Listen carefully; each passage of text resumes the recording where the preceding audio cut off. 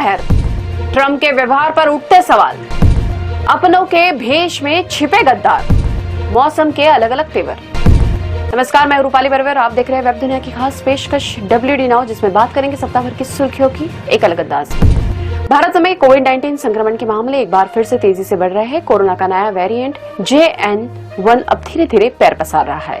दिल्ली, गुजरात, हरियाणा, मध्य प्रदेश, केरल, पुडुचेरी, तेलंगाना और कर्नाटक समेत कई राज्यों में कोरोना के मरीज मिले हैं। मई में केरल में 273 कोरोना मरीज मिले हैं। देश में फिलहाल कोरोना के 300 से ज्यादा एक्टिव मरीज है।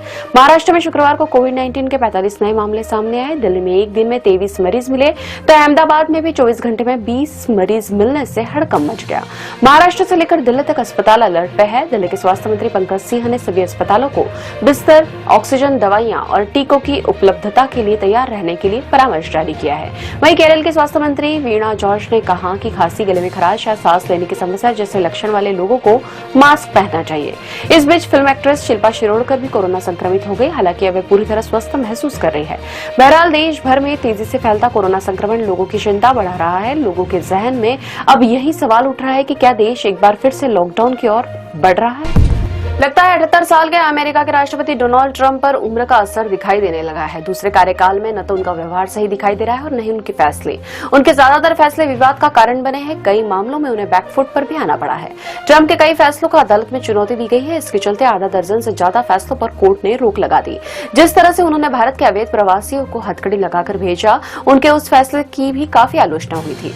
हार्वर्ड यूनिवर्सिटी से जुड़े ताजा फैसले में भी ट्रंप प्रशासन को मुंह की खानी पड़ी। एक संघीय न्यायाधीश ने हार्वर्ड के अंतर्राष्ट्रीय विद्यार्थियों को दाखिला देने की पात्रता को रद्द करने संबंधी ट्रंप प्रशासन के फैसले पर रोक लगा दी है। राष्ट्रपति ट्रंप का व्यवहार भी इस बार उनके पद की गरिमा के अनुकूल नहीं दिखाई दे रहा। पहले उन्होंने यूक्रेन के राष्ट्रपति जेलेंस्की को व्हाइट हाउस बुलाकर उनका अपमान किया। इसके बाद हाल ही में अफ्रीका के राष्ट्रपति रामाफोसा से भी ट्रंप भिड़ गए। उन्होंने रामाफोसा से बातचीत के दौरान श्वेत अल्पसंख्यकों के उत्पीड़न और उनके नरसंहार का मामला भी उठाया। ट्रंप ने कहा कि दक्षिण अफ्रीका में श्वेत किसानों का नरसंहार हो रहा है और तमाशा देख रहे हैं। इसके लिए उन्होंने एक वीडियो भी दिखाया। अफ्रीकी राष्ट्रपति ने इसका खंडन भी किया। हालांकि बाद में वह वीडियो दक्षिण अफ्रीका का न होकर कहीं और का निकला। रामाफोसा ने कहा कि वह महत्वपूर्ण खनिजों और व्यापार के बारे में बात करना चाहते हैं। हालांकि रामाफोसा ट्रंप पर तंज करने से भी नहीं चुके। उन्होंने कहा कि उनके पास ट्रंप को उपहार में देने के लिए कोई विमान नहीं है। दरअसल कतर ने ट्रंप को 3,400 करोड़ लग्जरी विमान गिफ्ट किया है। ट्रंप तो भारत के प्रधानमंत्री नरेंद्र मोदी को भी असहज करने में नहीं चुके, जब उन्होंने भारत पाकिस्तान के बीच सीजफायर की घोषणा से पहले ही एक्स पर पोस्ट कर इसका श्रेय लेने की कोशिश की। भारतीय सशस्त्र बलों के ऑपरेशन सिंदूर के बाद कई संदिग्ध सुरक्षा एजेंसियों के रडार पर है। यूपी, हरियाणा, दिल्ली, पंजाब, ओडिशा आदि राज्यों से इस तरह के दर्जन भर से ज्यादा लोगों की गिरफ्तारी हो चुकी है। जासूसी के आरोप में गिरफ्तार लोगों में सबसे चर्चित चेहरा हरियाणा की मल्होत्रा का है। ज्योति पर पाकिस्तान की खुफिया एजेंसी ISIS से जुड़े होने का आरोप है। ज्योति यूट्यूबर है और कई देशों की यात्रा कर चुकी है। पाकिस्तान दूतावास के अधिकारी दानिश से भी ज्योति के संबंधों का खुलासा हुआ है। ज्योति के 4 अलग अलग बैंकों के खाते भी है। अभी इनकी जांच की जा रही है। पुलिस जांच के मुताबिक वह जनवरी में पहलगाम गई थी। वहां से गुप्त रास्ते से वो पाकिस्तान भी पहुंची थी। हालांकि उसके खिलाफ अभी कोई पुख्ता सबूत सामने नहीं आए हैं। पाकिस्तानी जासूसों की इस सूची में शहजाद, देवेंद्र सिंह, नोमान इलाही, गजाला, यामिन मोहम्मद, अरमान, मुर्तजा अली, तारीफ, करणवीर सिंह समेत कुछ और भी नाम है। इस बीच यूपी के वाराणसी से पाकिस्तान के लिए जासूसी करने के आरोप में तुफेल नामक युवक को गिरफ्तार किया गया है। तुफेल पाकिस्तान के प्रतिबंधित आतंकी संगठन तहरीक-ए-लब्बैक के नेता मौलाना शाद रिजवी के वीडियो व्हाट्सएप ग्रुप में शेयर करने के साथ ही गजवाए हिंद करने, बाबरी मस्जिद का बदला लेने और भारत में शरीयत लागू करने संबंधी संदेश साझा करता था। यह भी पता चला है कि तुफेल 600 से अधिक पाकिस्तानी नंबरों के संपर्क में था। फेसबुक के माध्यम से तुफेल फैसलाबाद निवासी नफीसा नाम की एक महिला से संपर्क में था। इस महिला का पति पाकिस्तानी सेना में है। अब TCS उससे पूछताछ कर रही है। बताया तो यह भी जा रहा है कि अभी पाकिस्तान के लिए काम करने वाले कुछ ही चेहरों के नकाब उतरे हैं। आने वाले समय में संख्या और भी बढ़ सकती है। हालांकि चिंता की बात यह है कि अपनों के भेष में छिपे गद्दार अब तक देश को कितना नुकसान पहुंचा चुके हैं, इस बारे में अभी कोई कुछ नहीं जानता। एक तरफ चिलचिलाती धूप और भीषण गर्मी ने लोगों का जीना मुहाल कर दिया है, वहीं दूसरी ओर उत्तर प्रदेश और दिल्ली NCR में लोगों को आंधी तूफान का कहर झेलना पड़ा। अकेले उत्तर प्रदेश में आंधी तूफान और बारिश के चलते करीब 50 लोगों की मौत हो गई। वहीं दिल्ली NCR में 7 लोग काल के गाल में समा गए।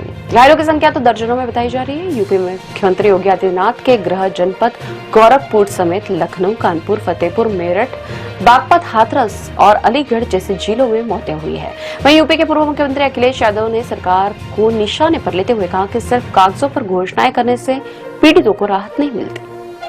दूसरी ओर पिछले साल भीषण लू के कारण 700 से अधिक लोगों की मौत होने का दावा करने वाली एक जनहित याचिका पर संज्ञान लेते हुए सुप्रीम कोर्ट ने ऐसे मौसमी स्थिति के प्रबंधन पर कार्य योजना तैयार करने के लिए राष्ट्रीय दिशा निर्देशों को सख्ती से लागू करने के निर्देश जारी करने वाली अनुरोध वाली याचिका पर केंद्र से जवाब मांगा है। इस बीच 23 मई को सर्वाधिक तापमान 48 डिग्री राजस्थान के जैसलमेर में दर्ज किया गया। वहीं राजस्थान के बाड़मेर, बीकानेर, फलोदी में क्रमशः 47.5, 46.4 और 46.2 डिग्री तापमान दर्ज किया गया। तेज गर्मी के बीच राहत भरी खबर यह है कि मानसून केरल का द्वार खटखटाने वाला है। हालांकि वहां पहले से ही काफी बारिश हो रही है। केरल के कुछ हिस्सों में भारी बारिश जारी रहने के बीच मौसम विभाग ने अगले कुछ दिन के लिए राज्य के विभिन्न जिलों के वास्ते बृहस्पतिवार को ऑरेंज अलर्ट जारी किया। आईएमडी ने 24 से 26 मई तक कन्नूर और कासरगोड, 25 और 26 मई को कोझिकोड और वायनाड तथा 26 मई को त्रिशूर, पलक्कड़ और मलप्पुरम जिलों के लिए ऑरेंज अलर्ट जारी किया है। 26 मई को 7 जिलों के लिए येलो अलर्ट जारी किया गया है। अब खबरें संक्षेप में। संयुक्त राष्ट्र में भारत ने खोली पाकिस्तान की पोल। भारत के स्थायी प्रतिनिधि राजदूत हरीश ने कहा कि भारत ने दशकों से अपनी सीमाओं पर पाकिस्तान प्रायोजित आतंकवादी हमलों का सामना किया है।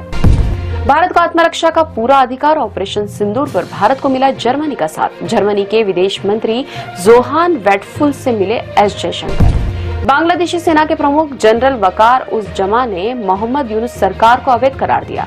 बौखलाए यूनुस ने दी इस्तीफे की धमकी। पाकिस्तान के सांसद सैयद अली जफर ने संसद में सिंधु समझौते के निलंबन पर कहा कि यह भारत का वाटर बम है। अगर मसले का समाधान नहीं हुआ तो हम भूखे मर जाएंगे। मध्य प्रदेश के मंत्री विजय शाह ने फिर मांगी कर्नल सोफिया कुरैशी से मांगी, कहा भूलवश कहे शब्दों के लिए सेना से मांगता हूं क्षमा।